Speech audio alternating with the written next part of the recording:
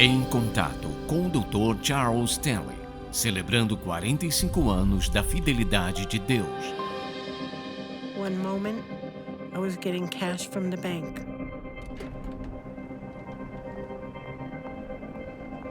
And the next moment, I was learning that all my money was gone. This is how I started the path of learning about my son's drug addiction.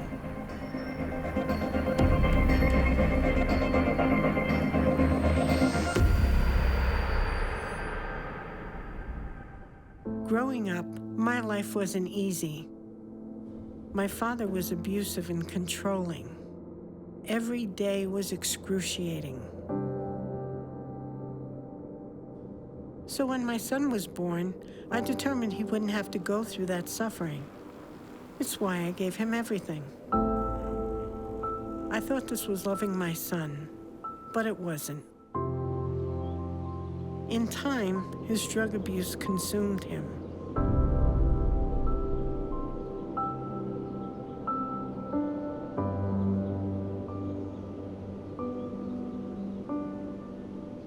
We lived in our car for 5 years with no idea what the next day would look like.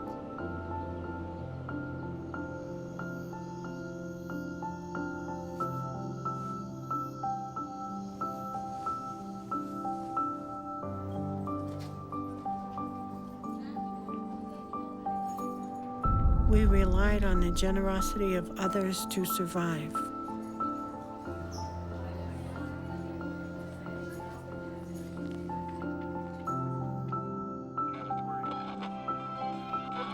Se você estiver enfrentando algo que é muito difícil, lembre-se disso. Nunca é tão difícil para Deus. Ele sabe onde você está. Ele quer ajudá-lo.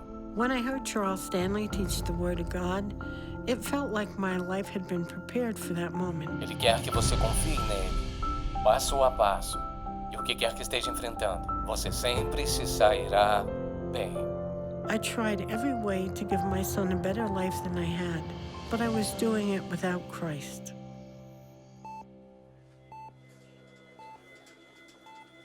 I thought he was off of drugs. So we're driving home, and he hit the sign in the median. I held on, and that's the only thing that kept me from going through the window. And he came in the room, and he fell to his knees, and he started crying, and he said, "Mom, I almost killed you." It changed him. That was his wake-up call.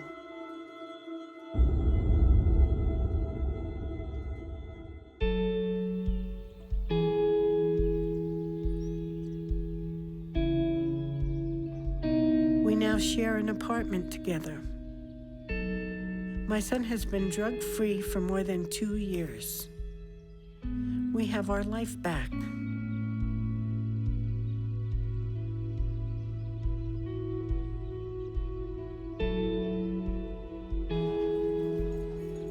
I want to be a help for people like me who are in need.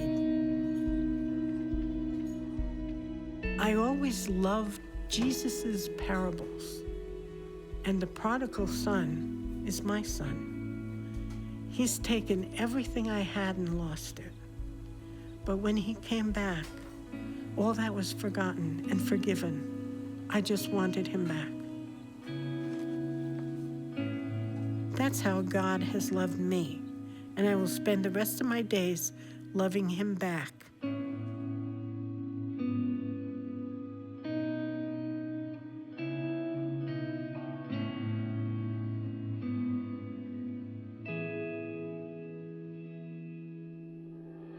A seguir em Contato, a estrada rochosa para a vontade de Deus.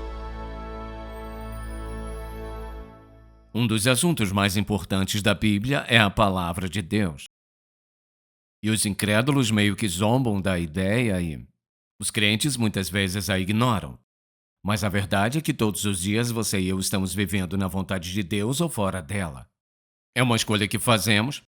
E é uma escolha que fazemos com base nas decisões que enfrentamos na vida e enfrentamos muitas delas. Então, quando você pensa na vontade de Deus para sua vida? Você pensa em como você vai descobrir a vontade dele? O que você faz quando entende qual é a vontade dele? Você o obedece ou não? Ou você apenas pensa nisso? Você se pergunta por que você se mete em problemas às vezes e você pensa, bem, se eu tivesse pensado nisso ou naquilo. Assunto muito importante. Então, o título que eu quero dar a essa mensagem é o que eu pensei. A estrada rochosa para a vontade de Deus. Porque não é fácil e há tropeços pelo caminho se não tivermos cuidado. E o que eu gostaria de fazer é simplesmente te falar dos obstáculos e deixar que você faça a si mesmo a pergunta: é por isso que não estou buscando a vontade de Deus para minha vida? Será que eu negligenciei um dos aspectos mais importantes da minha vida? Então, eu tenho uma série de pontos e espero que você anote todos eles. Então quero começar com número 1. Um dos caminhos rochosos é simplesmente esse, e é vontade própria. Queremos do nosso jeito. É uma questão de orgulho e egoísmo da nossa parte. Não queremos perguntar a Deus sobre muitas coisas, nós apenas fazemos e em seguida pedimos que abençoe. Mas essa não é a maneira dele trabalhar. E as pessoas dizem, bem, ninguém vai me dizer como viver minha vida. Essa é uma atitude muito tola, porque nenhum de nós é suficiente em nós mesmos para viver a vontade de Deus para a nossa vida. Em nenhum lugar da Bíblia ele diz que é uma estrada suave, mas é uma estrada rochosa. Pensar que há tantos obstáculos para fazer a vontade de Deus. Você os encara em seu trabalho, os encara em sua casa, e você olha em sua vida e você pensa em quantas vezes você se afastou da vontade de Deus? Quantas vezes você quase perdeu a vontade de Deus para a sua vida? Então é uma estrada rochosa. Eu quero simplesmente mencionar algumas dessas rochas e a vontade própria é a primeira. A segunda é a influência de outras pessoas. Outras pessoas são rápidas em lhe dizer como você deve viver sua vida. Como você pode tomar decisões, quais devem ser suas decisões, como deve gastar seu dinheiro, com quem casar, como criar seu filho. Eles podem dizer todos os tipos de razão de como viver sua vida. Mas a verdade é que muitas vezes você está ouvindo as vozes erradas. Porque Deus está disposto a te mostrar o que precisa saber sobre qualquer área de sua vida se estiver disposto a ouvir. Eles querem colocar a opinião deles acima da opinião de Deus e dizem: ouça, quando alguém diz, se eu fosse você, observe. Eles não são você para começar, não podem ser você, não conhecem o plano de Deus para sua vida e não sabem o que Deus está fazendo em sua vida. Eles podem pensar que o que está acontecendo em sua vida é terrível, mas Deus pensa, está no tempo perfeito. Um terceiro desses obstáculos é a ignorância dos princípios de Deus. Naturalmente, você não pode andar na vontade de Deus se não conhece os princípios de Deus. Deixe-me mencionar apenas alguns. Por exemplo, um desses princípios importantes para andar na vontade de Deus é aprender a esperar em Deus. O tempo de Deus é uma questão importante ao se viver uma vida cristã. Então, o segundo é este: aprendendo a confiar em Deus, deixando todas as consequências para Ele, o que é uma ideia estranha para o mundo. O que quer dizer com confiar em Deus e deixar as consequências com Ele? É disso que a fé se trata. Andamos por um caminho difícil muitas vezes. A vontade de Deus nunca promete ser fácil. Enfrentaremos obstáculos na vida, mas continuamos andando na direção de obediência a Ele. Então, é claro, um desses princípios é que Deus vai suprir todas as nossas necessidades. Muita gente não crê nisso. Eles acham que deve se suprir. Não, Deus suprirá as nossas necessidades, para que quando estivermos andando na vontade de Deus, tenhamos tudo o que precisamos. Então, um dos obstáculos é o pecado intencional conhecido em nossa vida. Agora você pode anotar essas 4 coisas porque é disso que tudo se trata. Em primeiro lugar, o pecado ensurdece nossos ouvidos à voz de Deus. Quando você escolhe desobedecer a Deus, você não ouve mais a Deus tão claramente quanto Ele deseja te mostrar e falar o teu coração. O segundo fato aqui é que cega os nossos olhos para a visão de Deus. Não sabemos a vontade de Deus? O pecado deliberado em nossas vidas cega os nossos olhos para a visão de Deus do que Ele está fazendo em nossa vida. E naturalmente você não ficará feliz com sua vida se não souber para onde está indo. Então a terceira coisa é: endurece nosso coração para a nossa consciência de Deus. A desobediência a Deus sempre endurece seu coração.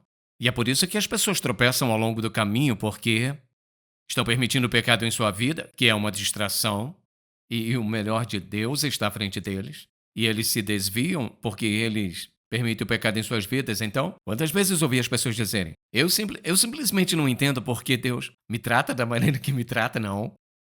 Mas é como você está tratando ele. Você não está ouvindo nem obedecendo a ele, e as coisas não vão dar certo para você. Não há promessa na palavra de Deus de que ele vai abençoar seu pecado, sua desobediência, sua indiferença a ele. A vida não é simplesmente assim. Então, é claro, o pecado entorpece nossa consciência para a palavra de Deus. Quando as pessoas dizem, bem, eu leio a palavra de Deus, ela não diz nada para mim, é porque você está vivendo em desobediência a Deus, você não está ouvindo a ele, você tem sua própria mente e coração feitos. E quando você pensa nisso, qualquer coisa que faz o quê? Ensurdece meus ouvidos para ele, cega meus olhos para ele, endurece meu coração para ele, entorpece minha consciência para ele. Estou com problemas.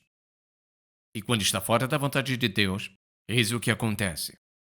Você começa a sentir que algo não está certo.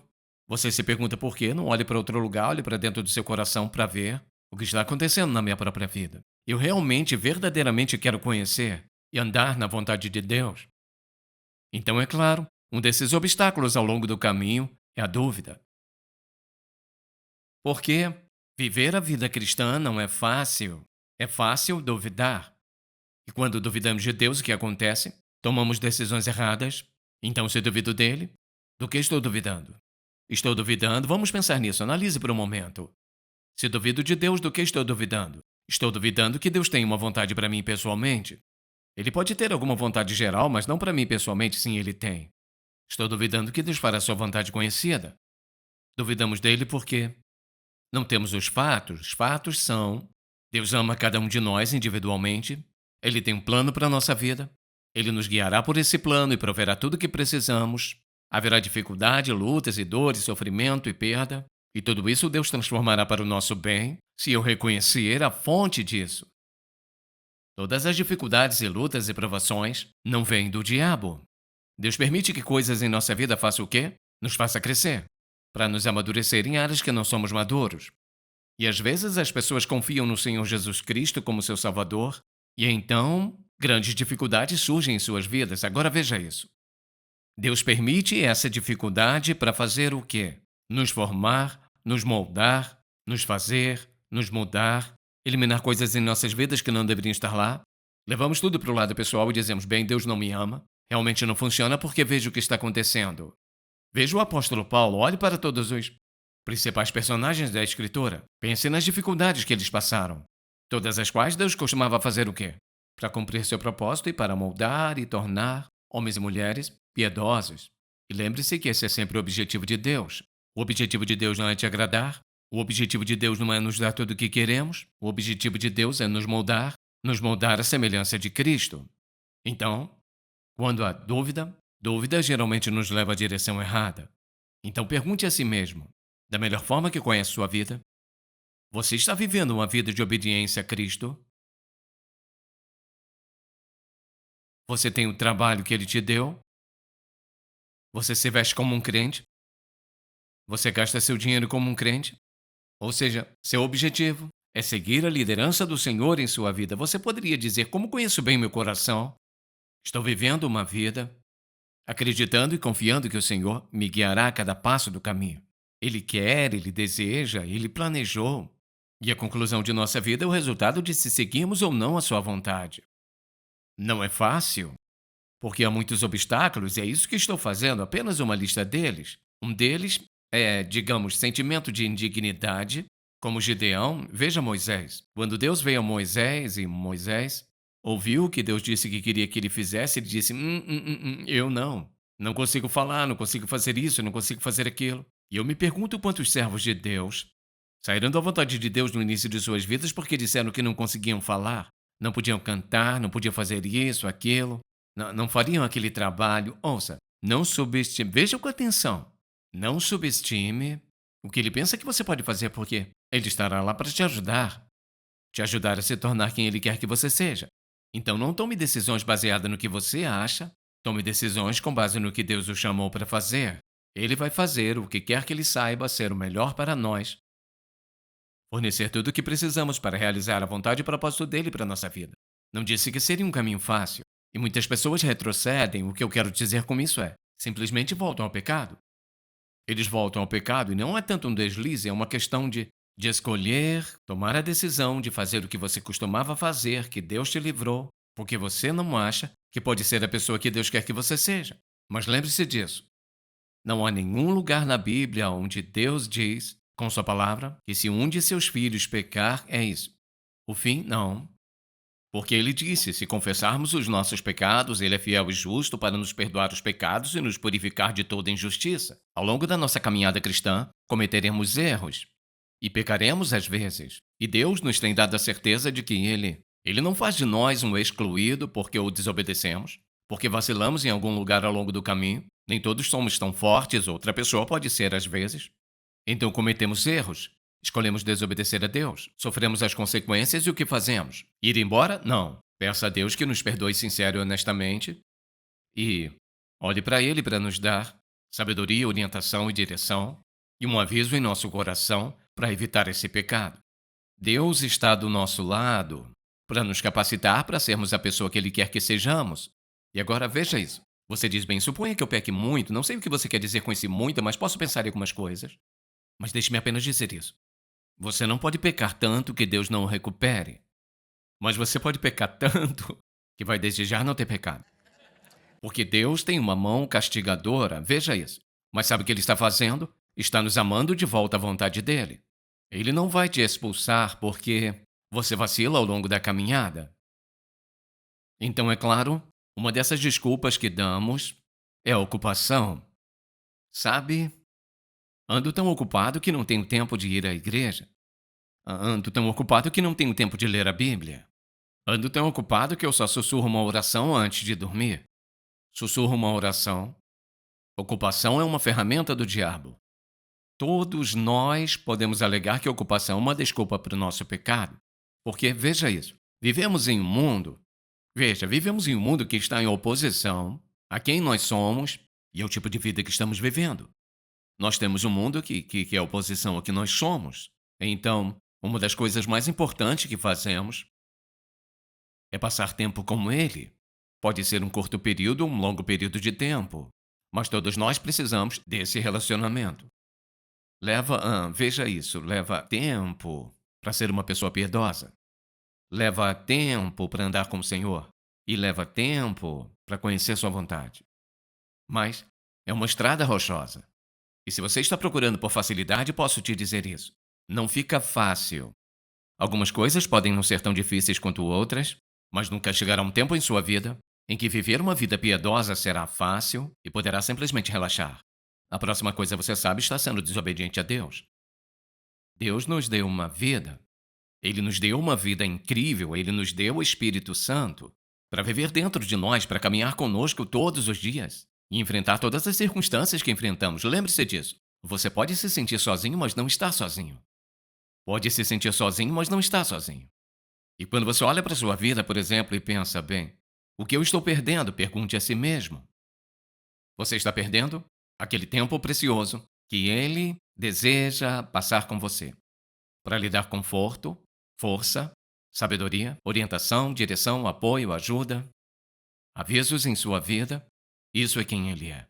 A vida cristã não é fácil. É uma estrada rochosa. Mas ter o Espírito Santo para nos capacitar, a presença de Deus em nossa vida e todas as promessas da Palavra de Deus, e este manual, a própria Palavra de Deus, faz com que viver a vida cristã, a vida no seu melhor, não importa o que esteja acontecendo ao nosso redor. Onde você se colocaria na vida cristã? Você diria que está vivendo na vontade de Deus? Que você genuína e honestamente tenta andar na vontade de Deus todos os dias para a sua vida? Ou você se pega reclamando e gemendo e resmungando e pensando, bem, quer saber? O que está faltando na vida cristã? Não está faltando nada na vida cristã. Normalmente você pode rastrear tudo de volta. E, qual foi a última vez que você se sentou e leu a palavra de Deus, pediu a Deus para falar em seu coração, te mostrou a vontade dele em sua vida? Você diz, bem, eu nem sei para onde ir. É incrível.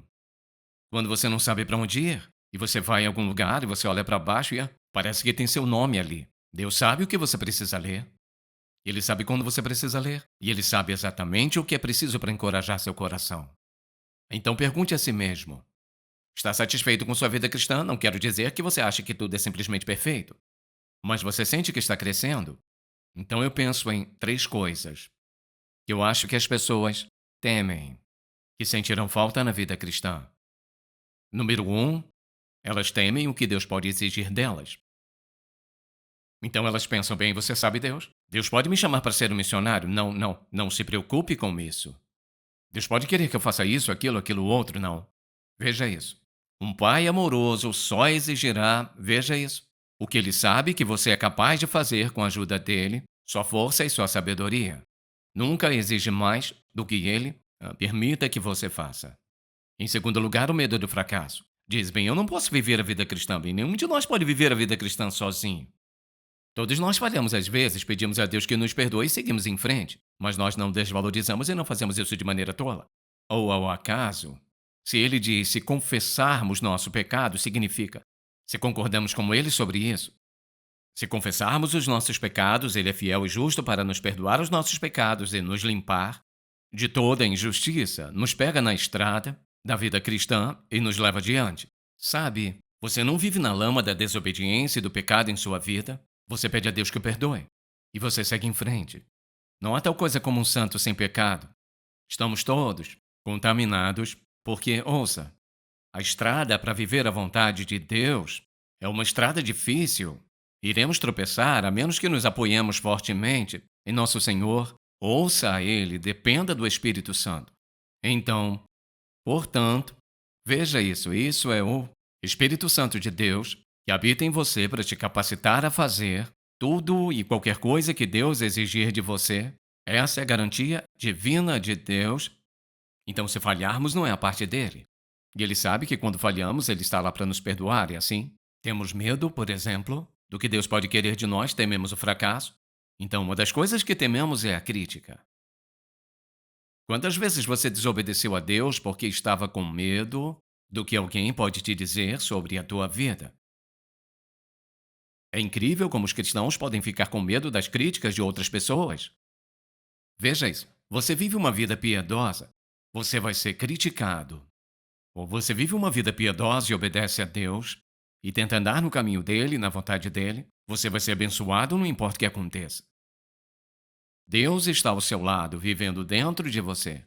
E ouça, Deus tem tudo a ver como ajudá-lo, capacitá-lo, equipá-lo e confiar a você a força, a sabedoria e a orientação que você precisa para viver uma vida piedosa.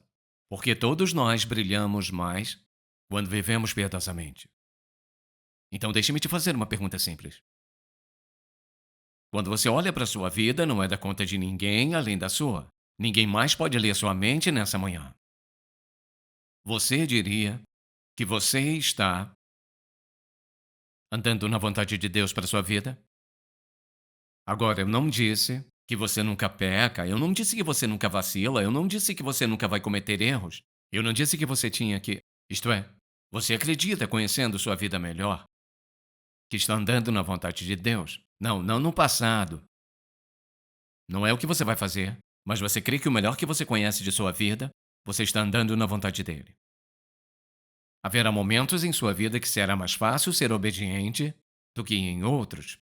Haverá momentos em que será muito difícil para você ser obediente a Deus por causa das circunstâncias que você se encontra que talvez você não tenha criado, outra pessoa o fez.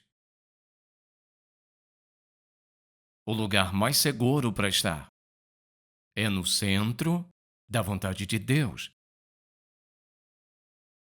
Ninguém pode te colocar lá a não ser você.